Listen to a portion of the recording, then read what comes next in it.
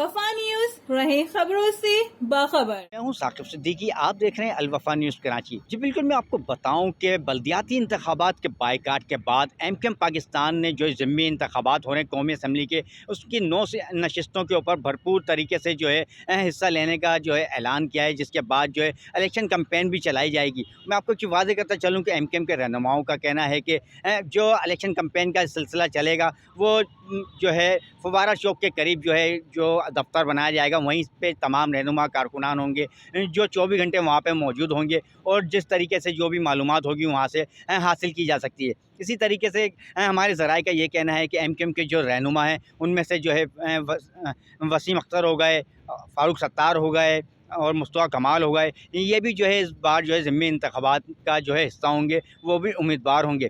تاحال جو شہریوں سے ہماری جو بات چیت ہوئی، شہریوں کا یہی کہنا تھا کہ 9 نشستوں میں سے جو ہے 2-3 تو ایم کیو ایم لینے میں کامیاب ہو ہی جائے گی، مگر تاحال کچھ بھی کہنا قبض وقت ہوگا۔ ایم کیو ایم کی جانب سے جو آفیشیلی اناؤنسمنٹ ہے جو امیدوار حصہ لیں گے وہ آج شام تک متوقع ہے، مگر تاحال جو ہمارے ذرائع تھے ان سے ہمارے کو یہ نام حاصل ہوتے ہیں۔ اور ایک چیز اور میں آپ کو واضح کرتا چلوں کہ ایم کیو ایم کے ساتھ ساتھ پیپلز پارٹی بھی جو ہے ان ضمنی انتخابات میں بھرپور حصہ لے رہی ہے، اور پی ٹی آئی کے رہنما بھی جو ہے آج جو ہے اپنے کاغذات نامزدگی جمع کرانے کے لیے مختلف ڈی سیز میں جائیں گے۔ اور میں آپ کو ایک چیز اور بتاؤں کہ جس طریقے سے جو سینیریو بنتا ہوا نظر آ رہا ہے، شہر میں ایک بار پھر جو ہے سیاسی گہما گہمی نظر آ رہی ہے، سیاسی ہلچل مچ چکی ہے۔ تمام پارٹیوں کی جانب سے جو ہے ضمنی انتخابات میں بھرپور طریقے سے حصہ لینے کا اعلان کیا گیا ہے۔ جی